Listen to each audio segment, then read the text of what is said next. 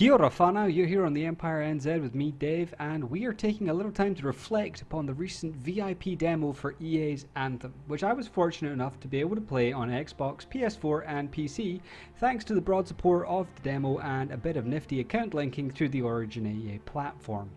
Footage was captured from my playtime in the game in all cases, and of course this shouldn't be considered a review as none of the content is in a final form. Now, my initial playtime kicked off on the PC version with a mouse and keyboard.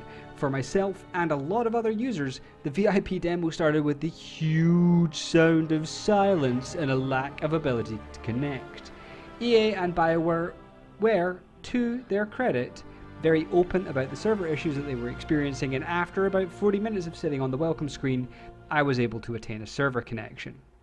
Once I was inside, my first hour or so was spent familiarising myself with the demo and controls. I found flying with a mouse and keyboard to be quite challenging, and underwater navigation was outright painful. After a little while acclimatising to the environment and running through the first mission with a group of randoms, I did start to get a feel for the third-person combat. Now, I will say this about the game.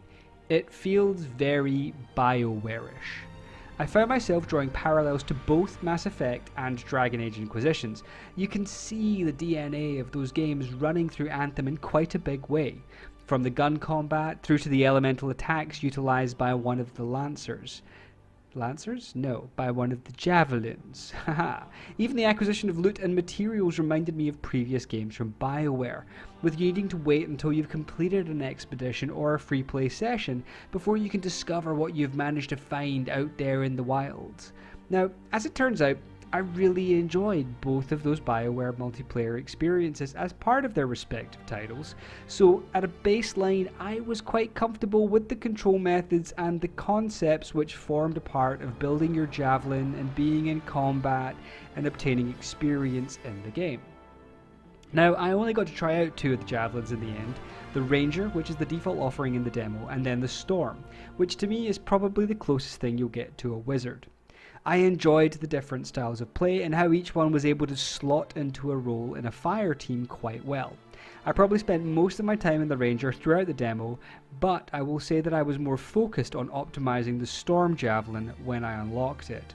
Acquiring gear items, which started to unlock damage multiplying abilities such as elemental combos, fire and ice damage in quick succession triggering a massive explosion, etc., was a very satisfying mechanic, and again very reminiscent of past BioWare multiplayer modes in their games. Regarding the Michigan environment in the game, I was quite positively impressed by it. Level design has a definite verticality to it, and flying is elevated from a cool feature to an essential element of the game. Combined with some of the hovering and dynamic movement capabilities of the javelins, I found myself to be quite optimistic of what this game is going to offer in that respect. Missions were quite straightforward and took place in the broader map areas, but appeared to be instanced to just the four of you in your squad, as opposed to having open world areas accessible by more players and then instancing you into some of the underground or dungeon style areas of the map. Graphics and download. Interesting points here. The PC was a 47GB download, the PS4 version was 27 gigs, and the Xbox was 23 gigs. Now, for me, the PC was obviously the strongest graphically, but on the high quality preset of the game, my PC, which runs a 6th generation Core i7, 32 gigs of RAM and a 6GB Nvidia 980 Ti, struggled to pull 40 plus FPS consistently at 1080p on the high graphics setting. Customizing the settings and dialing a few non-essential settings back to medium got me into that 70 plus FPS sweet spot that I enjoy PC gaming at, and it still looked bloody good. Of the consoles, I would say that the Xbox One X on a 4K TV looked the best and ran the smoothest at that setting. The PlayStation 4 Pro didn't quite manage the same graphical fidelity in my opinion, but when they were put onto a 1080 screen, the PS4 Pro did have a noticeable uptick in frames per second, which I personally found better than an enforced 4K resolution, which seemed to be a thing for the One X. Now, challenges. Stability and server issues and the game client crashing. You're probably going to read quite a lot about this between now and the main release of the game, and in my experience, people who are talking about it are not overstating it as an issue. Game stability across the board was a bit flaky. By this, I mean that I had to hard reset my Xbox multiple times, I experienced dropouts on the PC and rubber banding which negatively influenced my play session on more than one occasion, and the PS4 version freezing whilst loading into missions. Generally speaking, all of these things happened on all of the platforms that I attempted to play it on. I sincerely hope that BioWare got some really good data around client and server stability, because they need to be able to rectify this issue before the launch of the game. Controls, particularly flying and swimming with a mouse. Found it to be a bit of a shocker, if I'm honest. Finicky most of the time, frustrating when there's a lot going on, and at least on one occasion I ended up by looking a bit of a pleb by flying into walls and ceilings.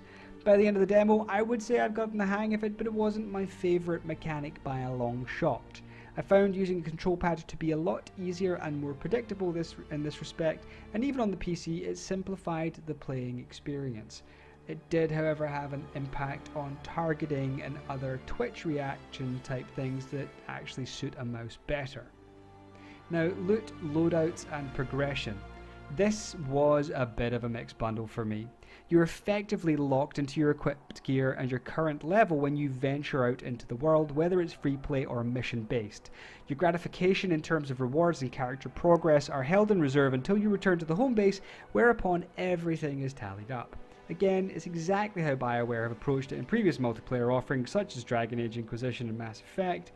However, I'm not so sure that it translates well here, particularly given that dynamic progress has become somewhat the norm for a lot of multiplayer shooters.